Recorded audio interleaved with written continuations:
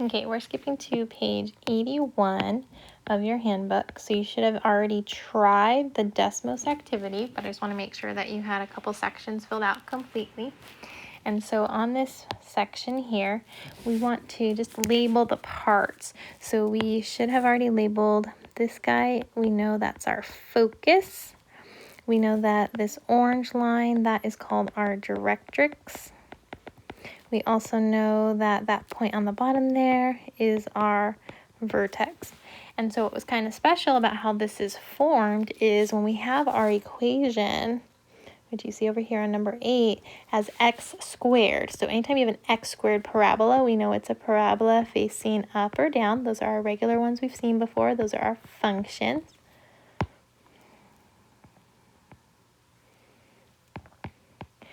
But the other ones we're looking at are when we see a y squared there, and that's the ones that open to the left or to the right. And these ones are not functions, but they are conics. And so what was special about the way we defined it and we write the parabolas in this form is that this 4p pops out. And what's cool is the distance from the focus to the vertex is that length p. And it's also the distance from the vertex to the directrix.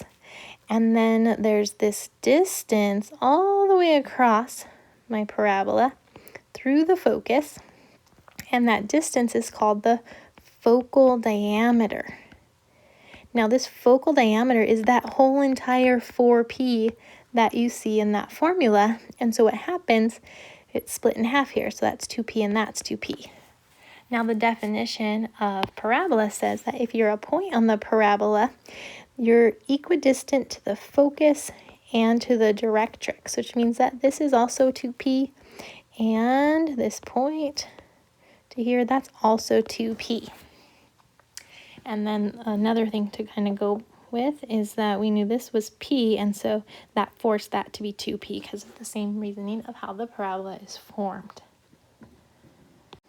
And we're going to skip over to page 82, number 10, and see how this problem worked out. So it's in the form that we were just talking about, and I see that y squared is first, so that means I have a parabola opening up to the left or to the right. It's one of our not functions. And I look at, there's a number in the front here, so that's my 4p. I also have some numbers that are added or subtracted with our x's. Those are always the parts that are doing our transformation. So we're going to have left 4 and we'll have up 2. And so the coordinates of our vertex will now be -4, 2. And our focal length, the p, that is going to be 4p equals 12, so p is equal to 3. Now, if we get a positive number here, we're looking at the parabola facing to the right towards positivity. So if our p is greater than 0, we got that. We face backwards if our p is negative. Now, we want to find the coordinates of our focus, so this is where we want to start graphing. So -4, 2, so we have our vertex. As soon as we know that our focal length is 3, we can go up 3 spaces. Actually, not up. We just said that we were supposed to be going left and right, and we're actually opening up to the right. Let's not forget that. So that distance of 3 is to the right. 1, 2, 3. That way we'll open up to the focus. And then the coordinates of that, if we were at -4, 2, and we went to the right, we're adding 3. So that should be at -1, 2, which it is. You can check that. Now the directrix goes 3 backwards. 1, 2, 3. And that's a line. It's not a point. So that's our directrix. And the equation for that is x is equal to, again, our vertex is at -4, 2, so if we go left 3, that's -4 minus 3, so we'll be at -7, which you can check. -6, -7 is where we are. And then it wants us to know the endpoints of the latus rectum, which is basically just kind of completing that rectangle. So we know that the parabola is going to open up like that, but we also know that if this distance here was that 3, that we have to go twice that in one direction. That's our 2p, and then twice that, so 2 times 3, which is 6, in this direction, 2p, which is 6 here. So then all together, we should see that distance of 12, which is the number that we saw up here, that 4p. So our parabola is opening up. It's a little choppy here. We could do it. And it's a little curvier, but there's our parabola. And so those endpoints that we were talking about, they're from our focus. So we now have to look at our focus, which is at -1 up 2, and we want to go up more. So -1, 2, we want to go up 6, and we also want to go down 6. So -1, 2, if we look at the plus 6 part, that's -1, 8. And then if we go down 6, that's going to be -1, -4. Which again, you could check those coordinates. This is -1 up 8, and this is -1, -4.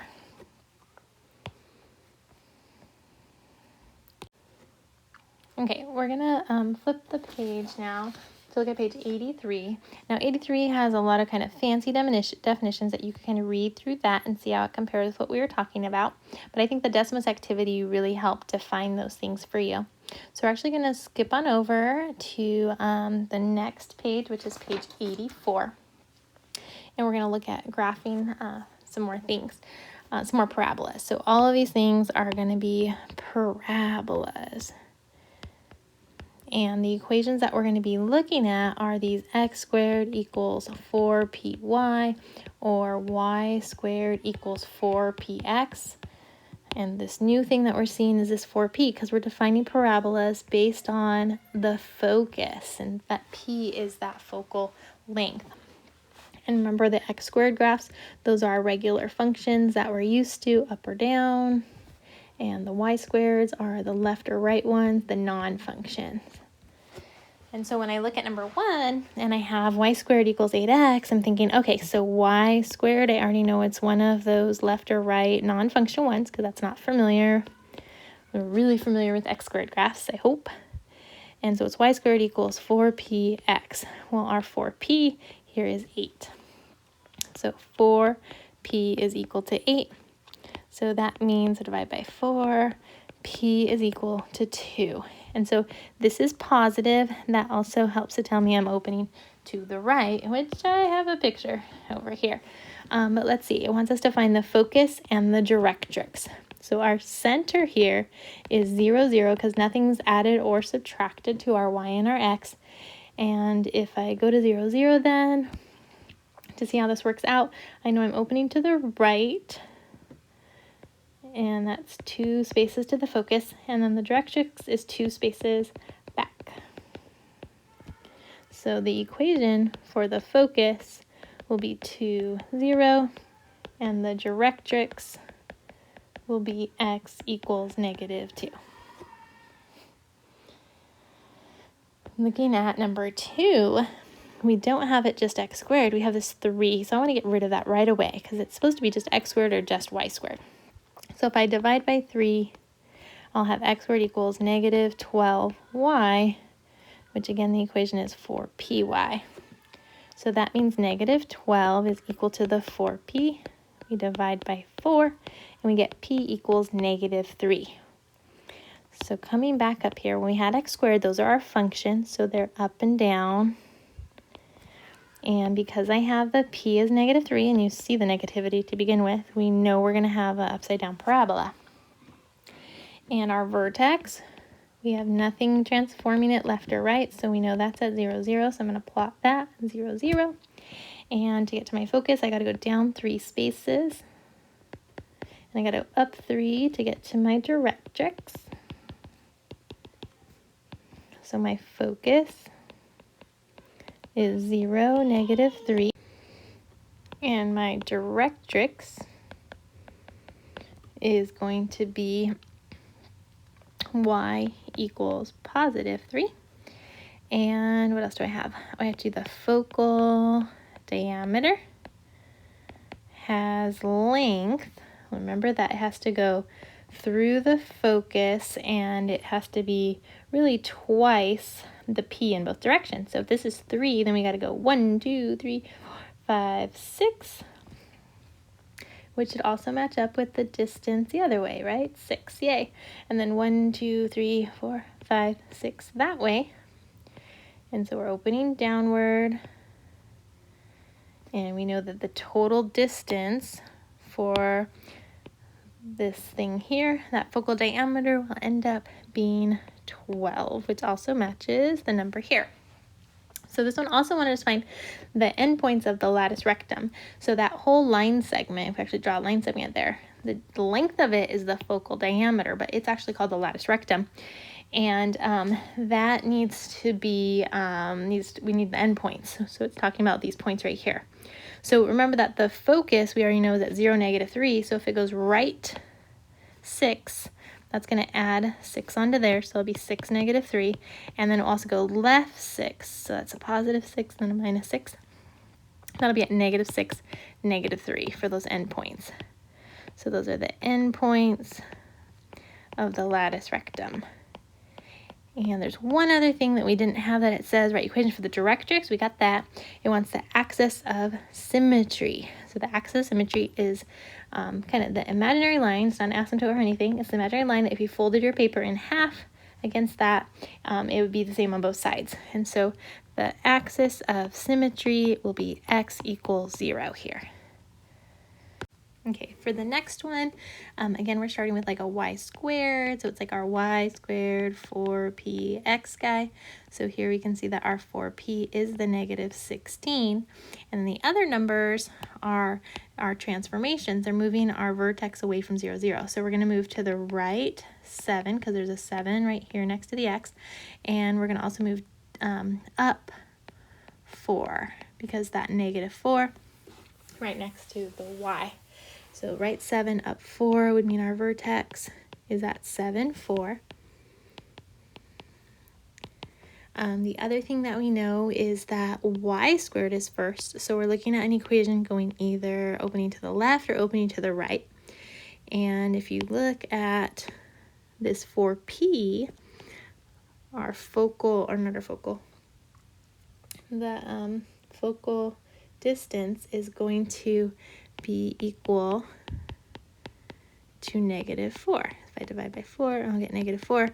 And so that negative is telling me I will be opening to the left. So I got lots of details here to plot. 1, 2, 3, 4, 5, 6, 7 up 1, 2, 3, 4. So I know my vertex is right here. I know that I'm going to travel -4. So that's to the left to get to my focus. And so I'll go to the right to get to my directrix. And then my focal length, again, this one didn't ask me for all these details, so I'm not going to find everything, but that focal, not the focal length, the focal diameter, my mistake here, that focal diameter is that total distance left and right on the focus, from the focus. So we're going to go, if p was 4, we're going to go twice that, so 8. So there's a 4, 1, 2, 4. So there's one of our endpoints for that lattice rectum. 1, 2, 3, 4, and then 1, 2, 3, 4, and there's the other one. And so that's going to really help with that, how wide my parabola is. And so there we go. There's our graph. Okay, now we're looking on the next page, number 4. Still more parabolas. I know all these are parabolas, by the way, compared to an ellipse or a hyperbola, because there's only one thing that's squared. So as soon as I see x² here, I'm thinking, okay, that's x², a 4p, and a y.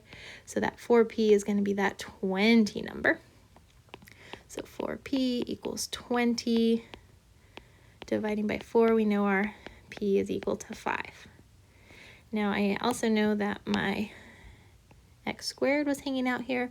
That means I have our regular functions, either up or down. Now because it's positive, we know that we're going to be pointed upward. This, again, just wanted me to graph, not find all the details, but some of them you just have to find in order to graph. We don't have to label everything. I notice I have this +5, which means I'm going to actually be moving down 5, and there's nothing added or subtracted to the x, so I'm going to be at 0, -5 for my vertex. So 0, -5, 1, 2, 3, 4, 5. Here's 0, -5, so that's my vertex. And then I already know I'm pointing upward, so 1, 2, 3, 4, 5 to get to my focus. 1, 2, 3, 4, 5 to get to the directrix, which is a line, not a point. And then the focal diameter will be a total of 20, so it's going to be 10 in one direction here and 10 in the other direction here. So 5 times 2, yeah, 10.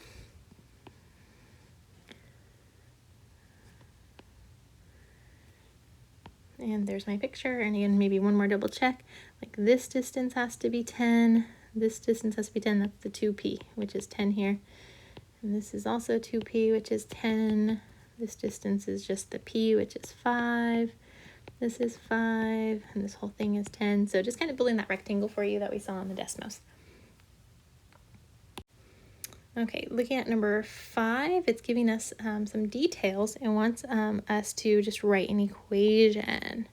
So we know that one of the best ways to write equations is to start to graph the information that's given to you. So the focus is -5, 8. So 1, 2, 3, 4, 5, up 1, 2, 3, 4, 5, 6, 7, 8. So there's my focus. The directrix is at y = 6. So that's actually pretty tight. So there's my directrix at y = 6. So then that forces the vertex to be right in the middle there. And I also know the distance to the focus is 1, and that's actually got to be my p. So what else do I know? I know my parabola has to be pointed upward. So right away I'm thinking that it's an x² equation, and so it's x² = 4py. I already know the p. That's 1, so I know it's a 4 here. Now my x and my y have been transformed, so we're not at 0, 0 anymore. We had to go to the left 5 spaces, right? This was at -5. Now to get all the way to the focus was 8, so our vertex was at 7. So left 5 will be x plus 5. We'll square that. And then will be y. If we're going up, that's going to be y minus, we went up 7.